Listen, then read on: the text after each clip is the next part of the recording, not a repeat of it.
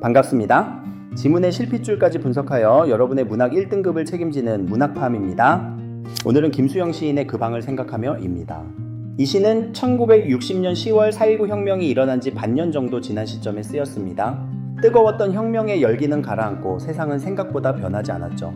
그 속에서 시인은 자책하고 실망하고 그러다가 결국 그 절망을 딛고 일어서려는 처절한 몸부림을 보여줍니다. 오늘 이 영상 화면의 이미지를 통해 그 차갑고 눅눅한 방 안의 공기와 시인의 뜨거운 숨결이 느껴지도록 시 분석을 시작하겠습니다. 1년입니다. 1년은 실패한 혁명과 초라한 방을 집중해주세요. 혁명이라는 거대한 단어와 방이라는 작고 개인적인 단어가 어떻게 충돌하는지 느껴보세요. 혁명은 안 되고 나는 방만 바꾸어 버렸다. 그 방의 벽에는 싸우라 싸우라 싸우라 라는 말이 헛소리처럼 아직도 어둠을 지키고 있을 것이다. 첫 문장부터 가슴을 찌릅니다. 혁명은 안 되고 라는 말은 4.19 혁명이 실패했거나 적어도 시인이 기대했던 만큼 사회가 바뀌지 않았다는 비판적 인식을 드러냅니다. 그런데 시인은 무엇을 했나요? 세상을 바꾸는 대신 고작 방만 바꾸어 버렸다 고백합니다. 여기서 방은 아주 중요한 시어입니다. 혁명이라는 공적 차원과 대비되는 개인적 차원의 세계, 즉 화자의 내면과 정신세계를 의미합니다. 사회를 개혁하려던 거창한 꿈은 사라지고 자기 몸 하나 눕힐 공간이나 옮겨다니는 소시민적인 처지로 전락했다는 뼈아픈 자책이죠. 그 방의 벽에는 과거 혁명의 열기 속에서 외쳤던 싸우라는 구호가 적혀 있습니다.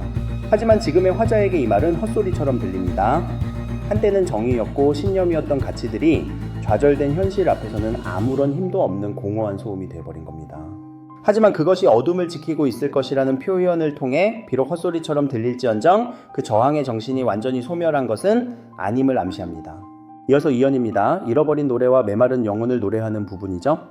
이제 화자는 그 방에 두고 온 자신의 청춘과 열정을 돌아봅니다.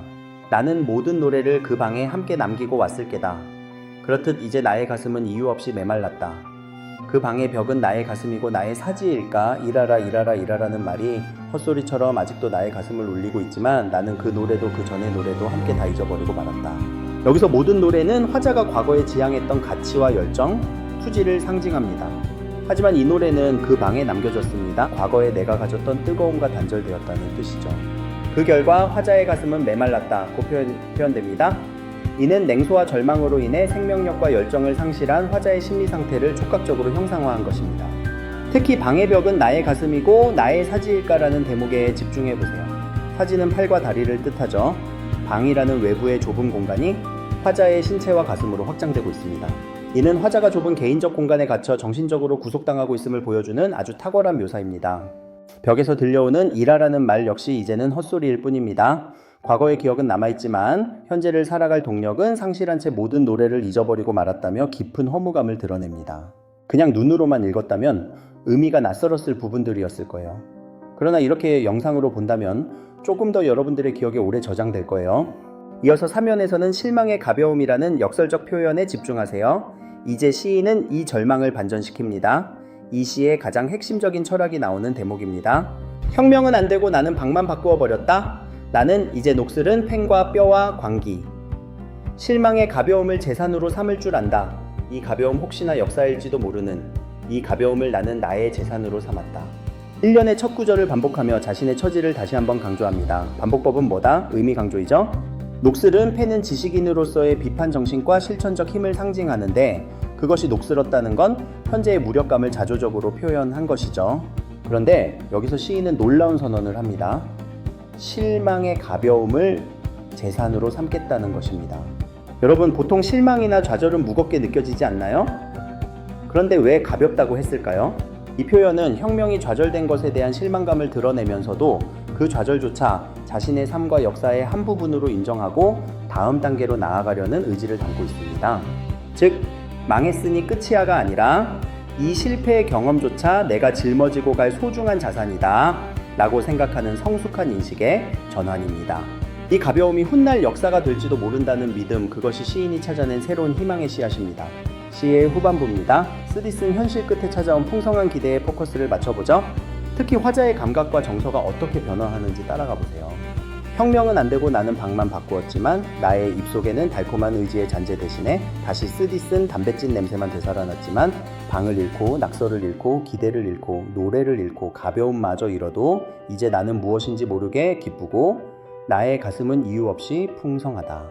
과거의 달콤한 의지는 사라지고 현재의 입속에는 쓰디쓴 담배찐 냄새만 가득합니다. 미각적 대비를 통해 냉소와 절망이 지배하는 현실을 아주 쓰게 묘사했죠. 화자는 이제 모든 것을 잃어버렸다고 말합니다. 방도, 낙서도, 노래도, 심지어 아까 재산이라던 가벼움마저도요. 그런데 마지막 연애 반전이 전율을 줍니다. 무엇인지 모르게 기쁘고 가슴이 풍성하다고 노래합니다. 아까 이연에서는 가슴이 메말랐다고 했죠. 그런데 이제는 풍성하답니다. 이것은 절망의 밑바닥까지 내려가 본 사람만이 느낄 수 있는 새로운 미래에 대한 기대와 희망입니다. 비록 현실은 아무것도 변하지 않았고 나는 모든 것을 잃었지만 그 비참함을 정면으로 응시하고 받아들였을 때 비로소 생겨나는 역설적인 생명력인 것이죠. 자, 이제 문학팜의 1등급 치트키 김수영의 그 방을 생각하며를 정리해 보겠습니다. 시험에서 정답을 골라내는 3가지 핵심 열쇠입니다. 먼저 시어의 상징적 대비를 봐주세요. 방은 소시민적이고 개인적인 내면 세계를 의미하고 혁명은 사회적이고 공적인 세계를 상징합니다. 이 두 세계 사이에서의 갈등이 시의 주된 동력입니다. 다음으로 표현상의 특징을 정리할까요? 혁명은 안 되고 나는 방만 바꾸어 버렸다 는 구절의 반복과 변주를 통해 화자의 상황을 강조하고 정서의 변화를 보여줍니다. 또한 달콤함과 쓰디씀 같은 감각적 이미지를 활용해 심리 변화를 구체화했습니다. 마지막으로 역설적 태도입니다. 실망의 가벼움을 재산으로 삼고 모든 것을 잃은 상태에서 풍성함을 느끼는 역설적 인식을 통해 좌절을 극복하려는 의지를 드러냅니다.